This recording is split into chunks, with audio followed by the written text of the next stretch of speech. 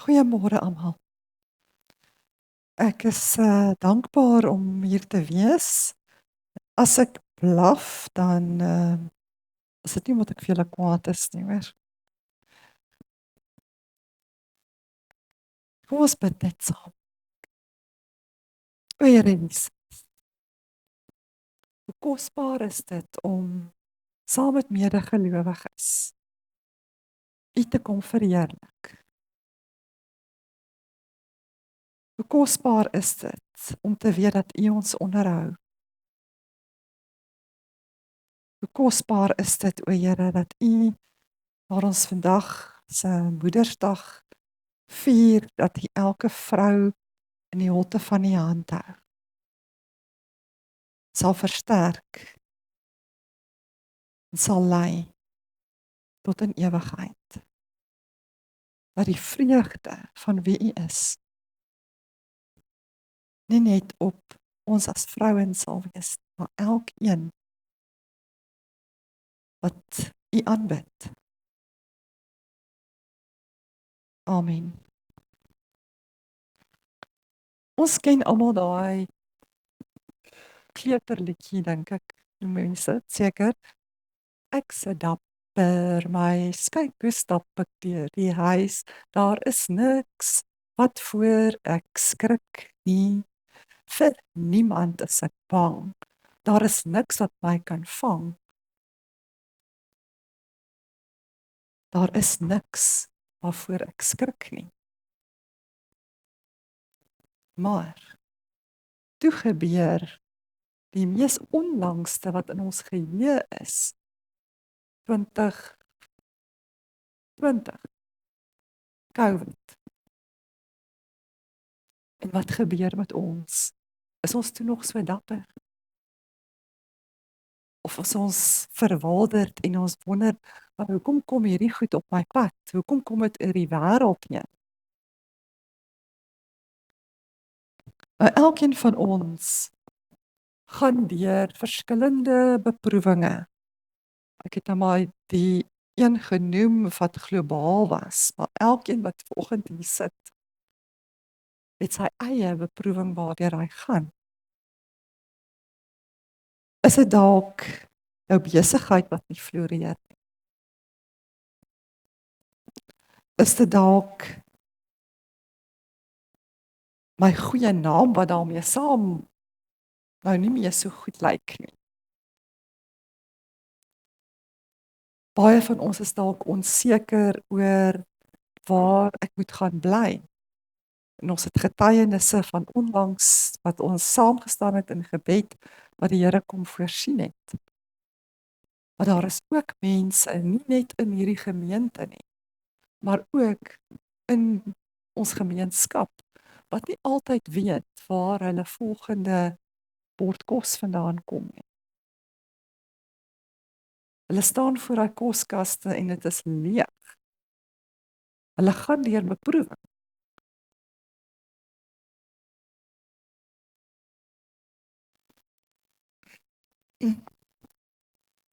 Baie keer gaan ons as 'n groep mense deur 'n beproewing.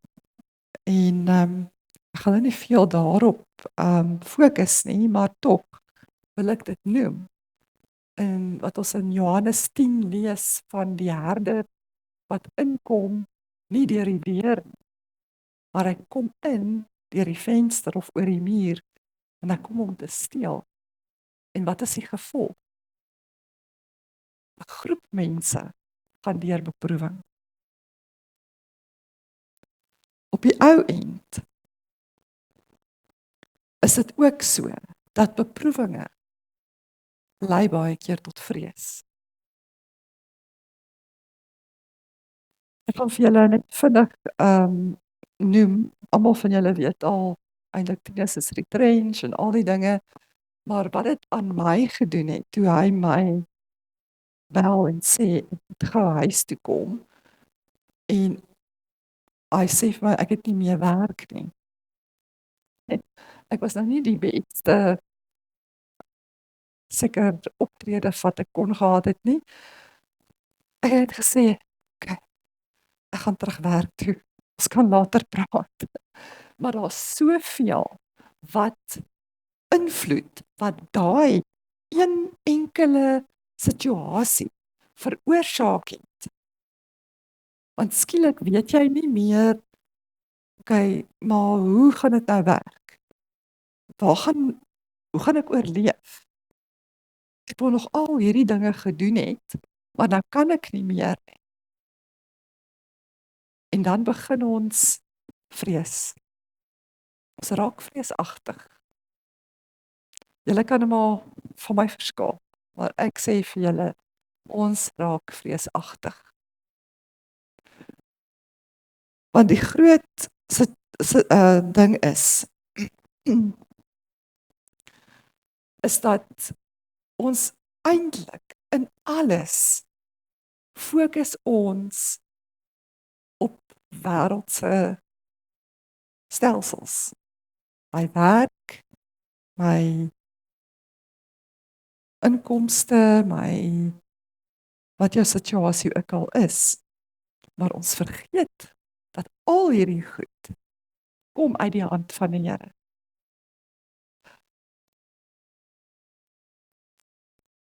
Ek wil vir julle net terwyl ons nou van vrees praat, wat in die woord staan, want ons het gister ook die paar vrouens wat bymekaar gekom het, so 'n wonderlike tyd gehad in die woord en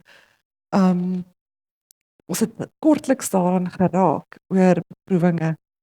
Maar Johannes 1 Johannes 4 vers 18 sê, daar is geen vrees in die liefde nie, maar die volmaakte liefde dryf die vrees buite, want die vrees sluit straf in, en hy wat vrees, het nie volmaak geword in die liefde nie. Nou dit is nogal vir my harde woorde hierdie. Want as hierdie beproewinge oor my pad kom, is dit eintlik, en dit staan so in die woord, dis nie wat ek uitgedink het nie, né? Dit staan in die woord, om my geloof te toets. Daar's 'n gedeelte in Hebreërs wat dit sê, as ons aardse vaders ons gedissiplineer het, volgens hulle kennis en wat hulle dink dit's reg en goed, hoeveel te meer gaan ons hemelse Vader ons nie dissiplineer nie. Dit is nie 'n straf nie. Dit is 'n dissipline, want wat het die dissipline in jou huis, wat jy van jou ouers gekry het, aan jou gemaak? Jy het geweet, as ek hierdie doen, dan gaan ek in die moeilikheid wees. As ek ongeskik is, dan gaan ek kamer toe gestuur word. Al daai dinge. So ons hemelse Vader gee soveel om vir elkeen van ons, dat hy ons kom dissiplineer. Maar vandag se boodskap gaan nou nie oor dissipline nie. Want ek wil praat oor hierdie beproewinge. Want dit is nogal 'n kontroversiële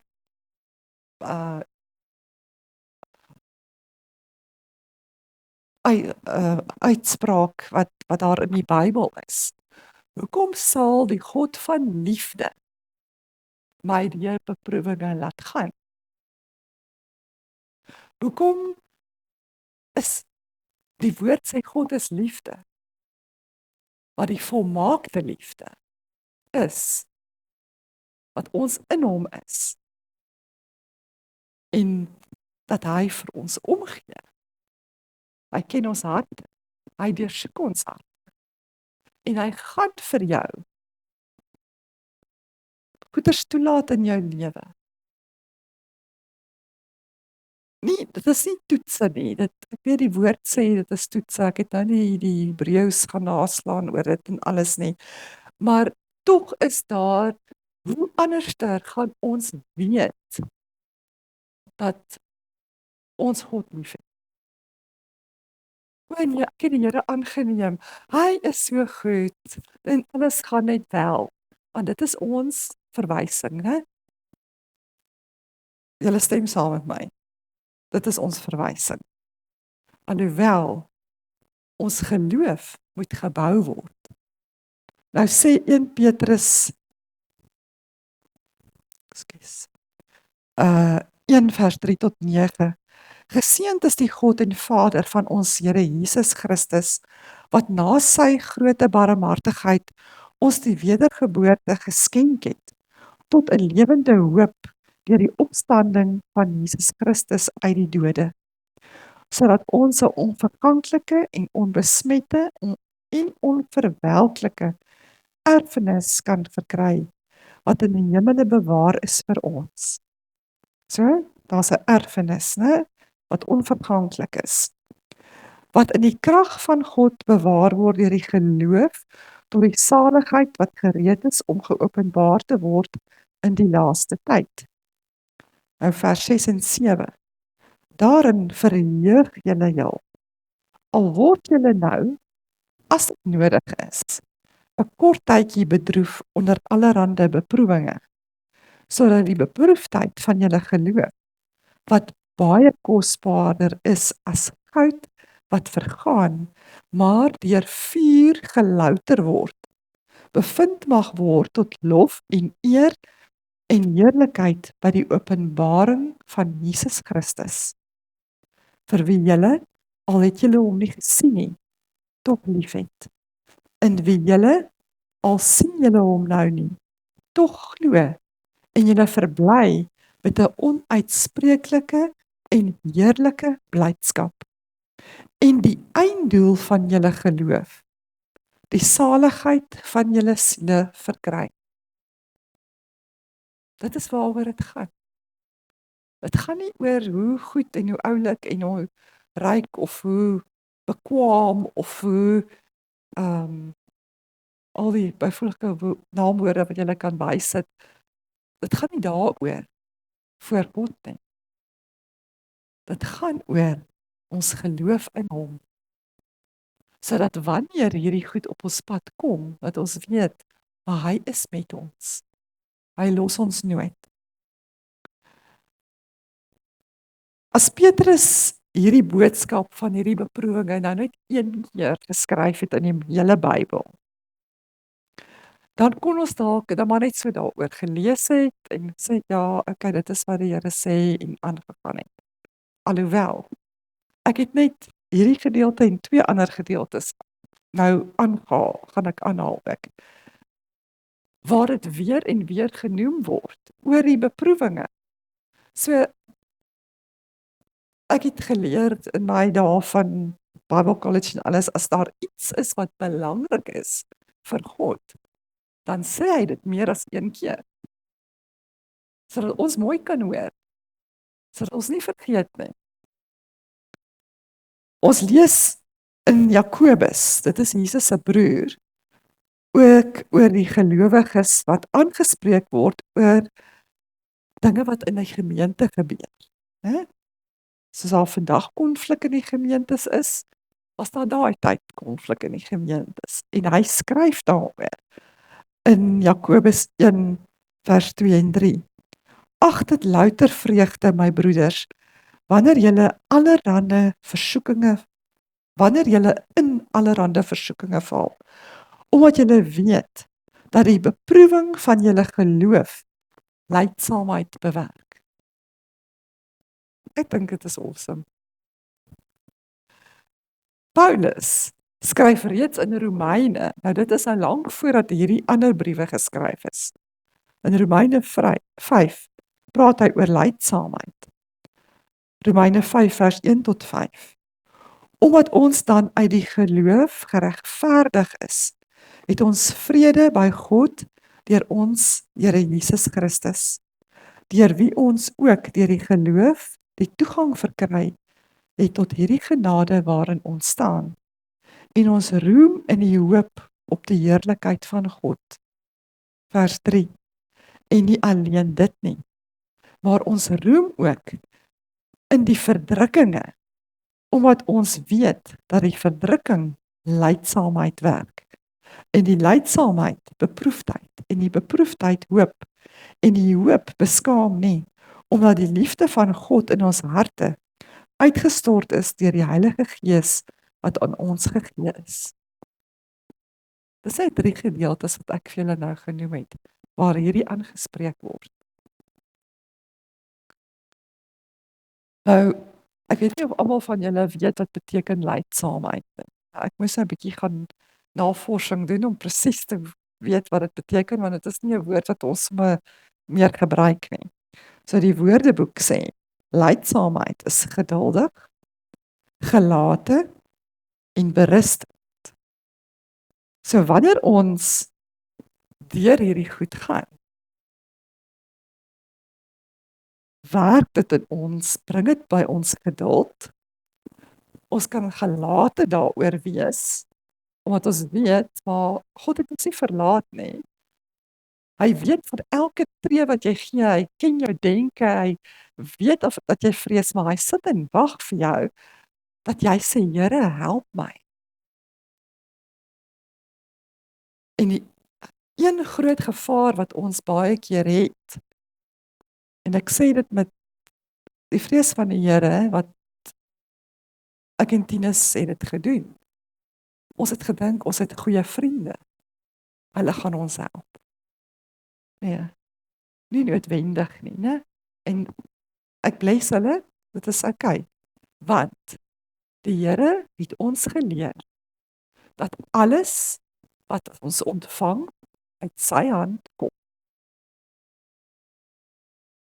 Dis nie dat ek sê, o Here, ja, bring nou maar al hierdie goeders op my pad. Jippie, dit gaan dit is net okay nie. Maar ons gaan deur seisoene waar ons beproef word. En eintlik is die beproewing is die toets van ons geloof in ons Here Jesus Christus. Ons is bevoorreg tot op hede. Ons kan die Here Jesus dien sonder vrees. Sonder enige iemand wat ons vervolg. Alhoewel, ek is op so 'n groep waar 'n man, pastoor in Indië, en hy praat van die persecuted believers. Die polisie kom na hulle huise toe, en hulle sê vir hulle, julle stop hierdie aanbidding van Here Jesus Christus, of julle beland in die tronk. En die res kan ons maar net dink wat kan gebeur.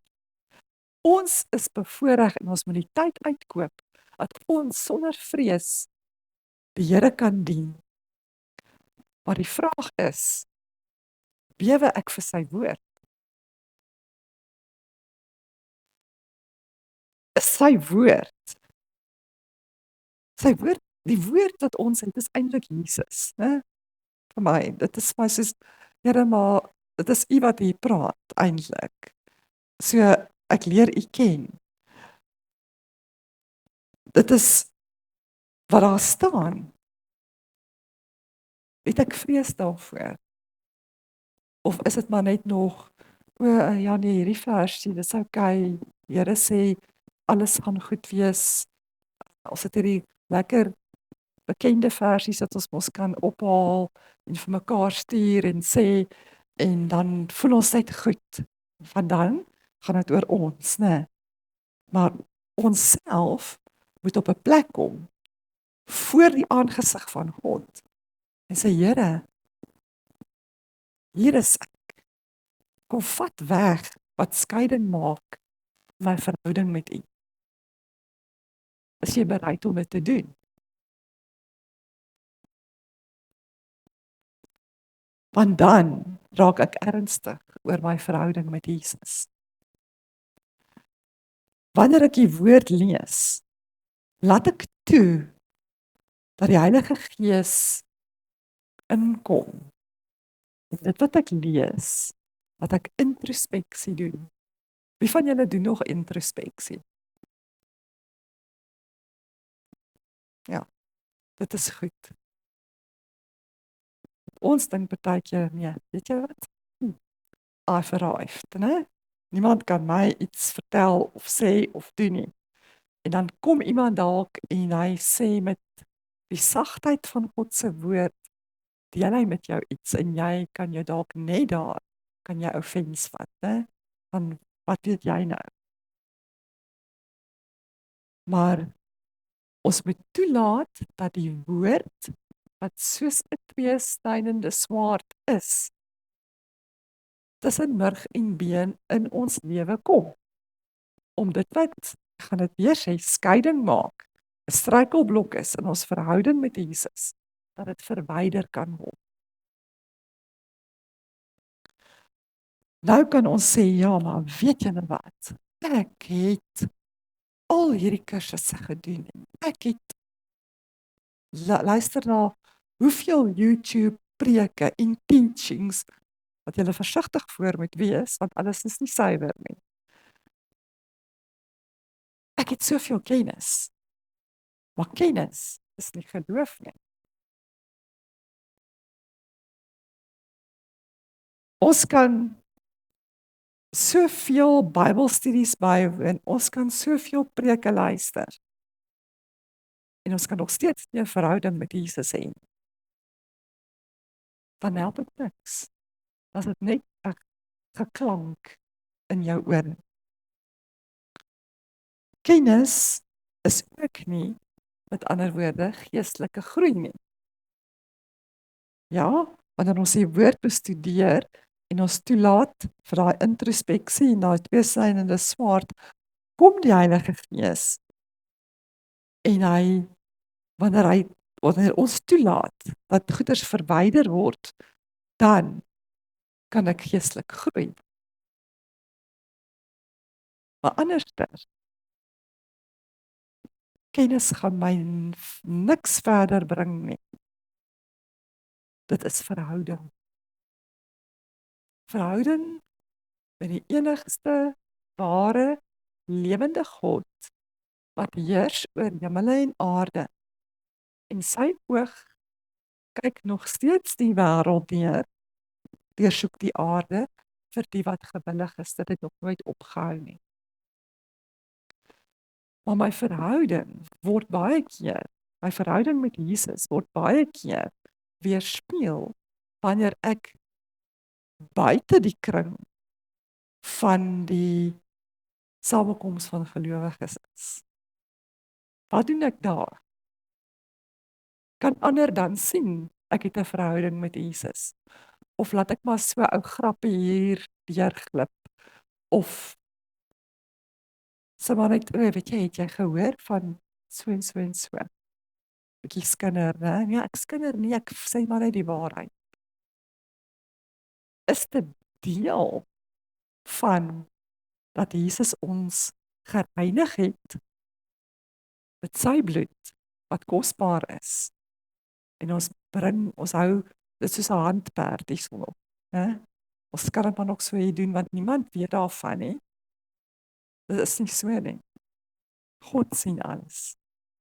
Hy sien alles.